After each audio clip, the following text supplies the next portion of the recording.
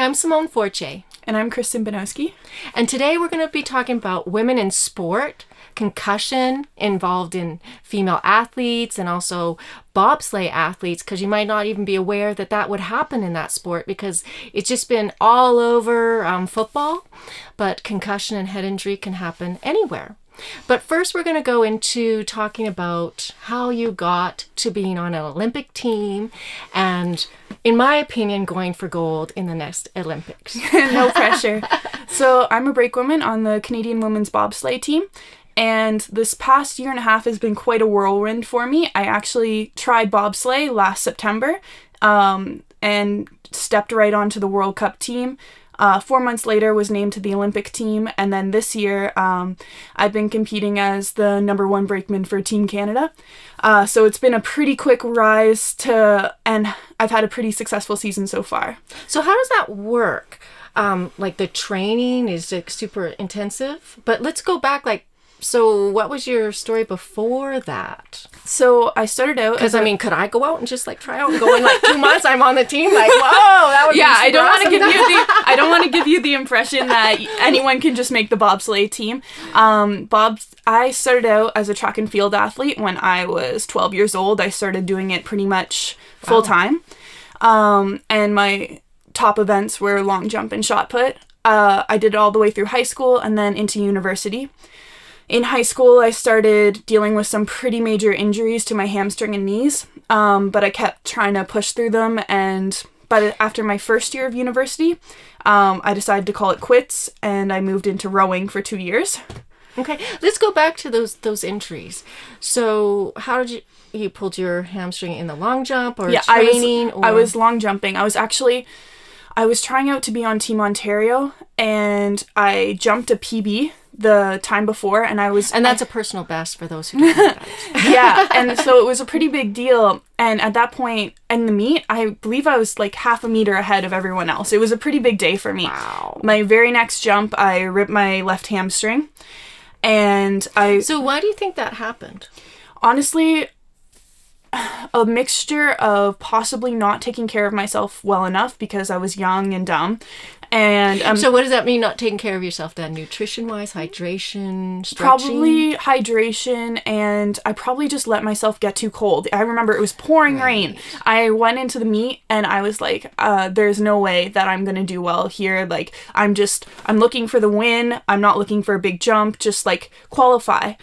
And I shocked myself. So the mindset is also important. Yeah, exactly. It wasn't any pressure to have a big performance. I really wanted to qualify, and I ended up jumping my best ever. And my very next jump, it was pouring rain, it was cold out, and I probably wasn't prepared enough, and I just tore my hamstring. What do they normally do? Would you do to warm up your hamstring in that situation? Do you put heating pads on or?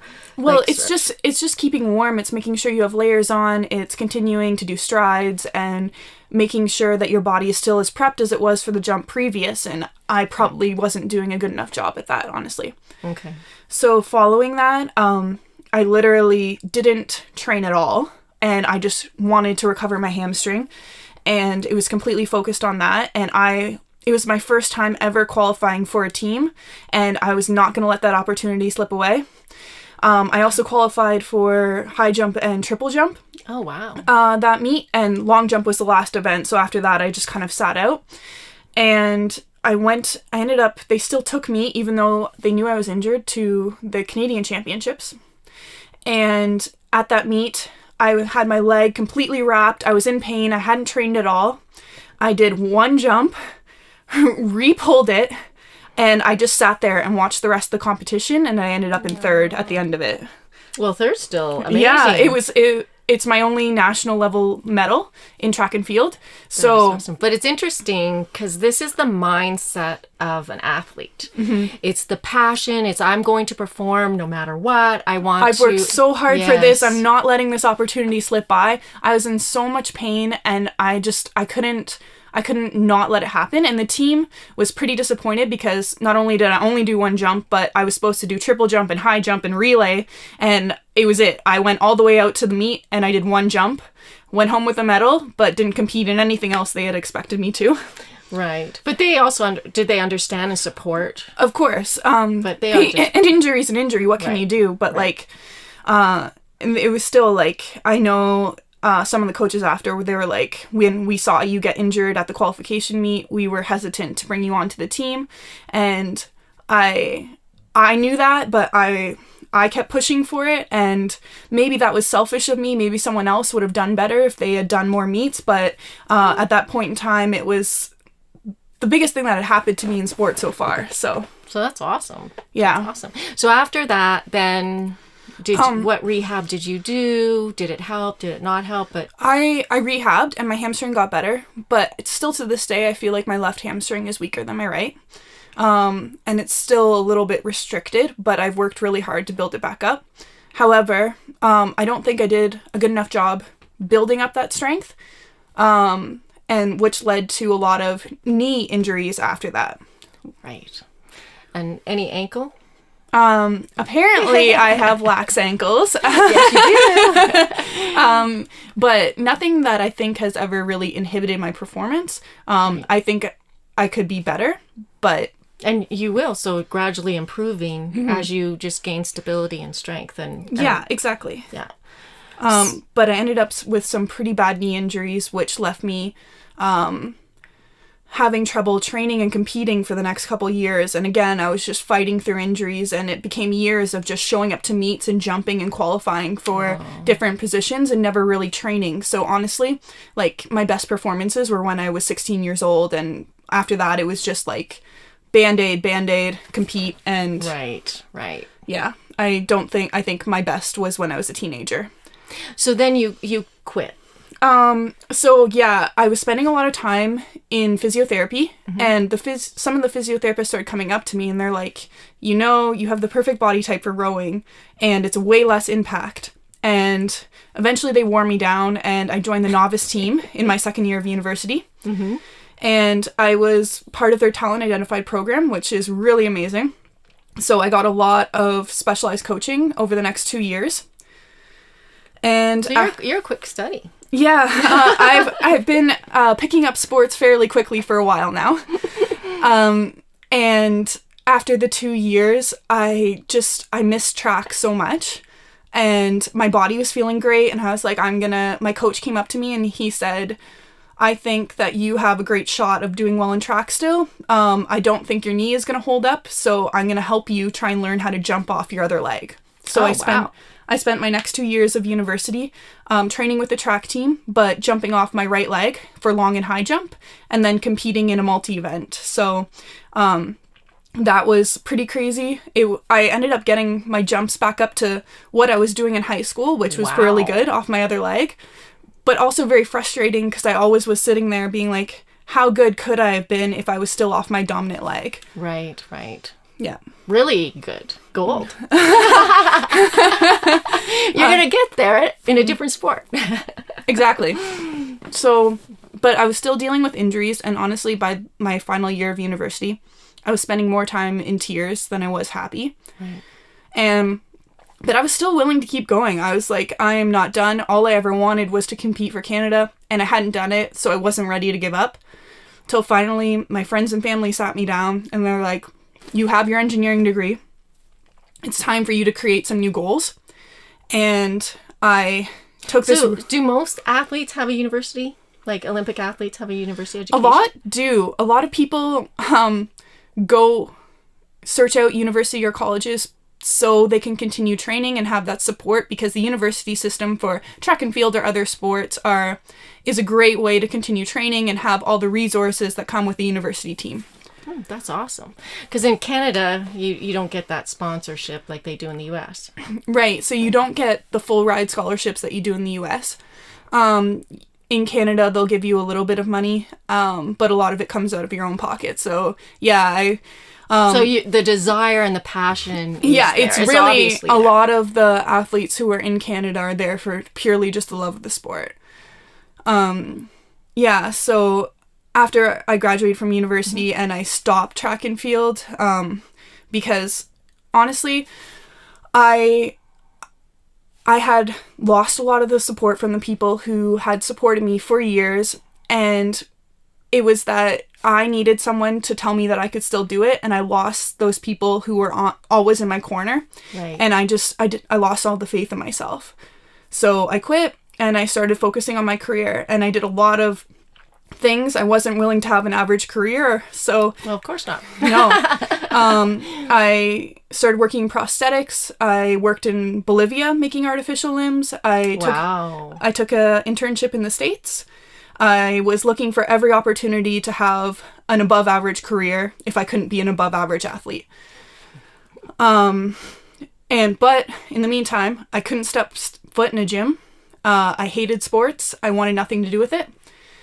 And my little brother was amazing. He started doing track and field and wanting to have the same kind of success and passion and drive that I did, which I find really admirable because he always says he wanted to be like me. But at the same time, so June of 2017, he made his first national team.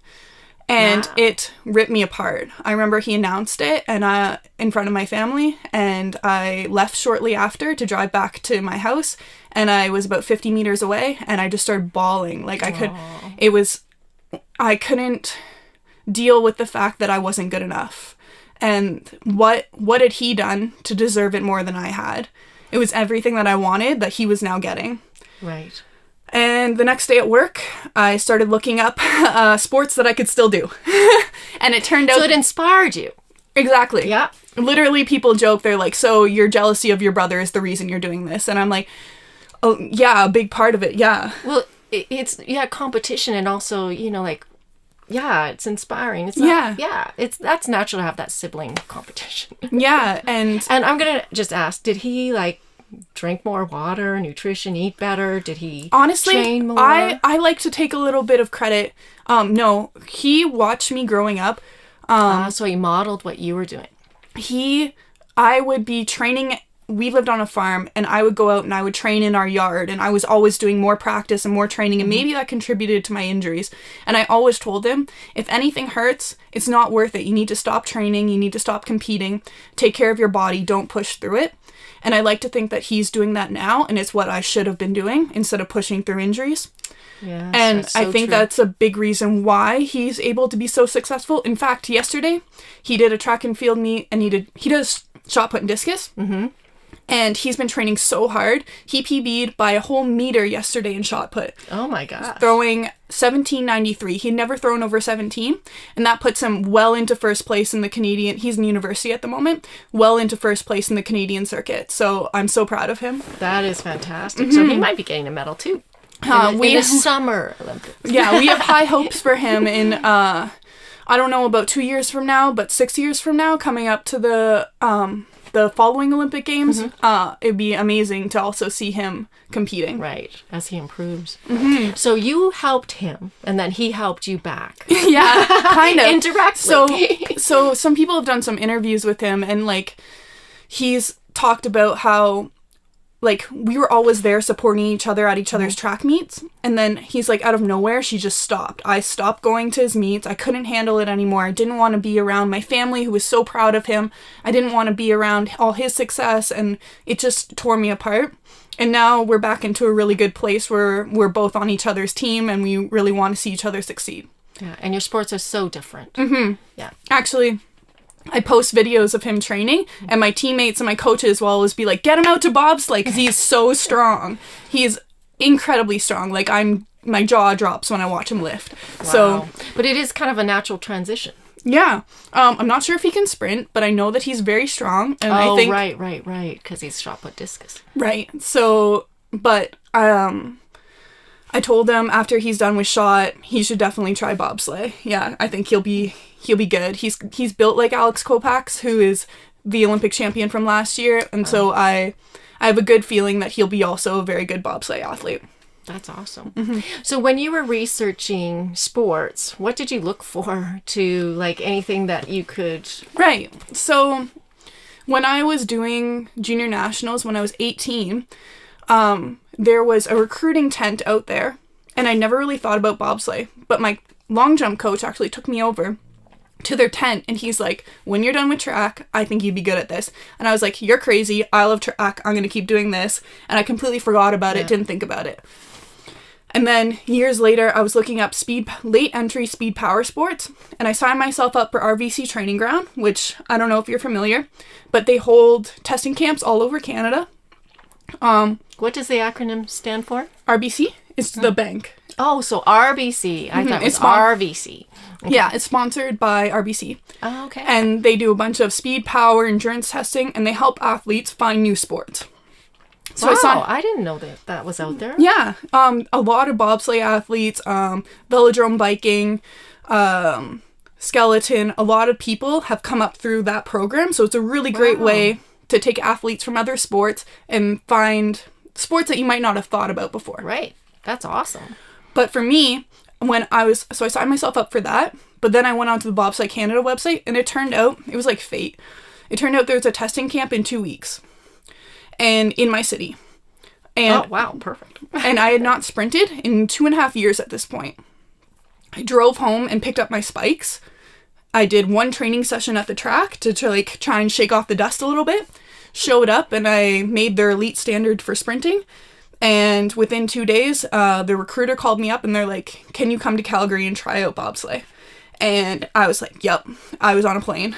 So not only do you have the desire, but you have also the ability. Right. Right. That is awesome. Yeah. So there's kind of like a saying, no one in Canada grows up wanting to be a bobsledder. Everyone who's at an elite level in bobsleigh has gotten to some kind of elite level in another sport, pretty much.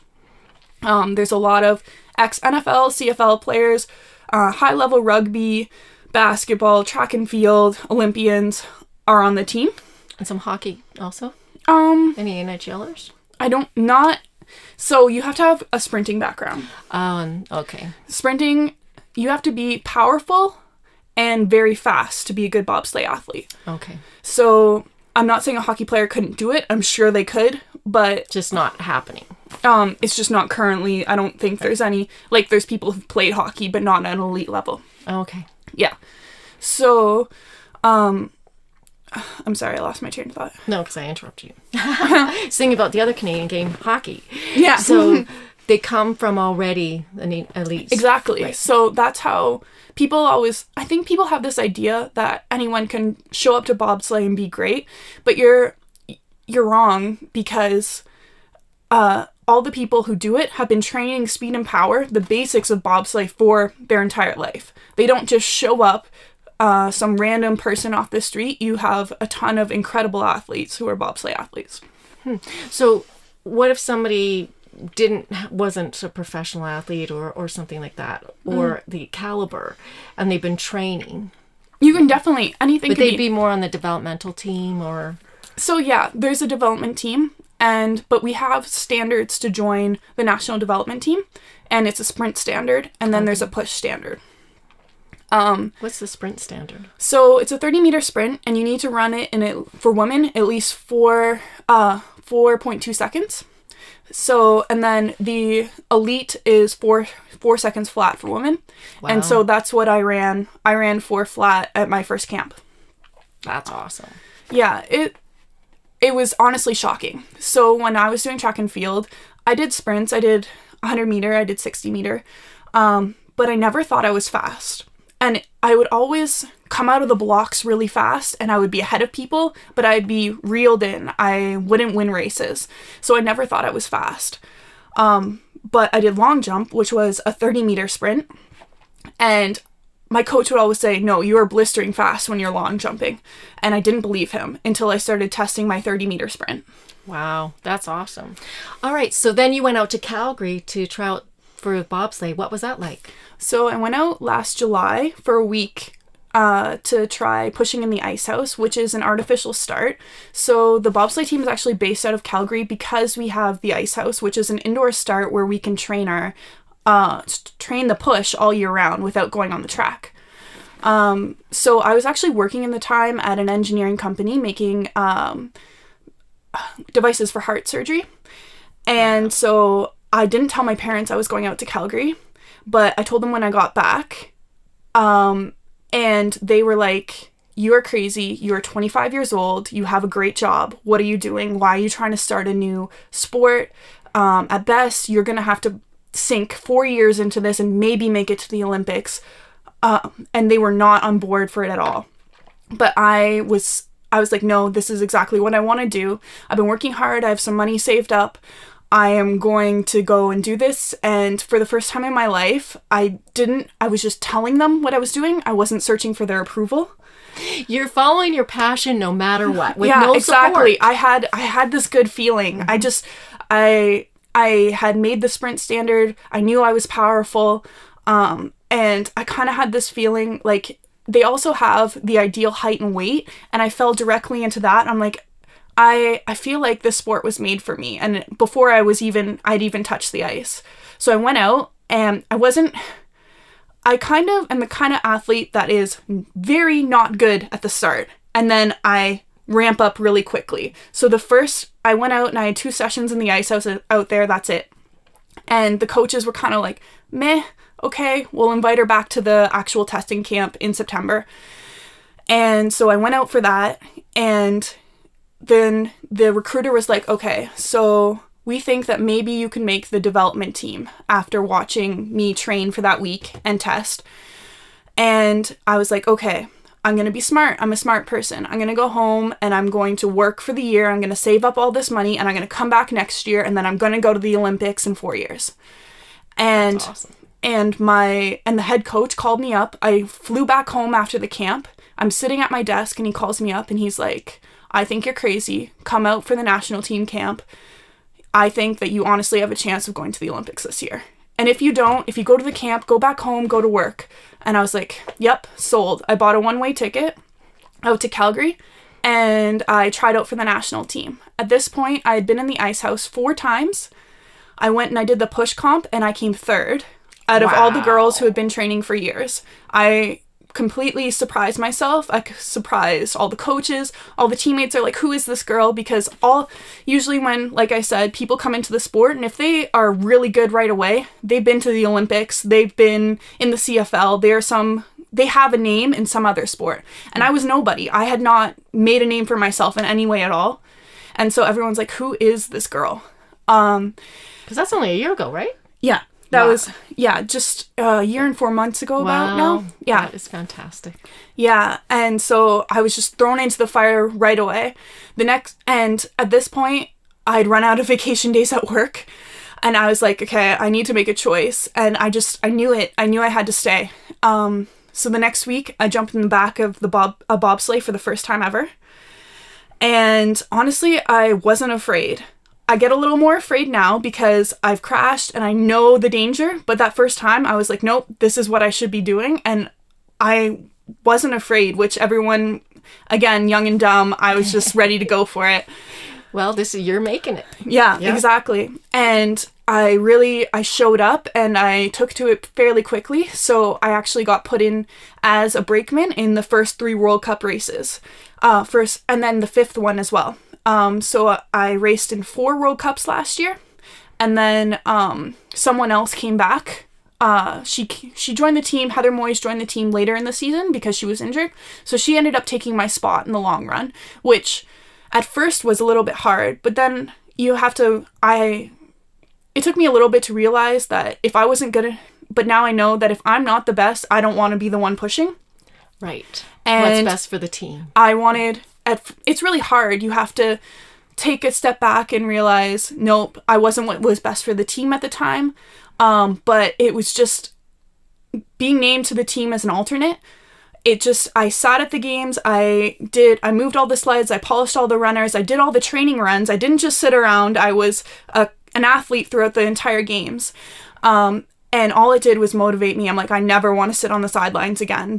I want to be racing. Racing is the best thing. It's so fun. And I want to be one of the best in the world. And so I knew right then and there that I was going to move out to Calgary and I was going to do it 100%. There was no way I was going to train at home and try to do it myself. I wanted to go where the best facilities were, the best coaches were, where my teammates were. And so I completely shifted my life and devoted it to this.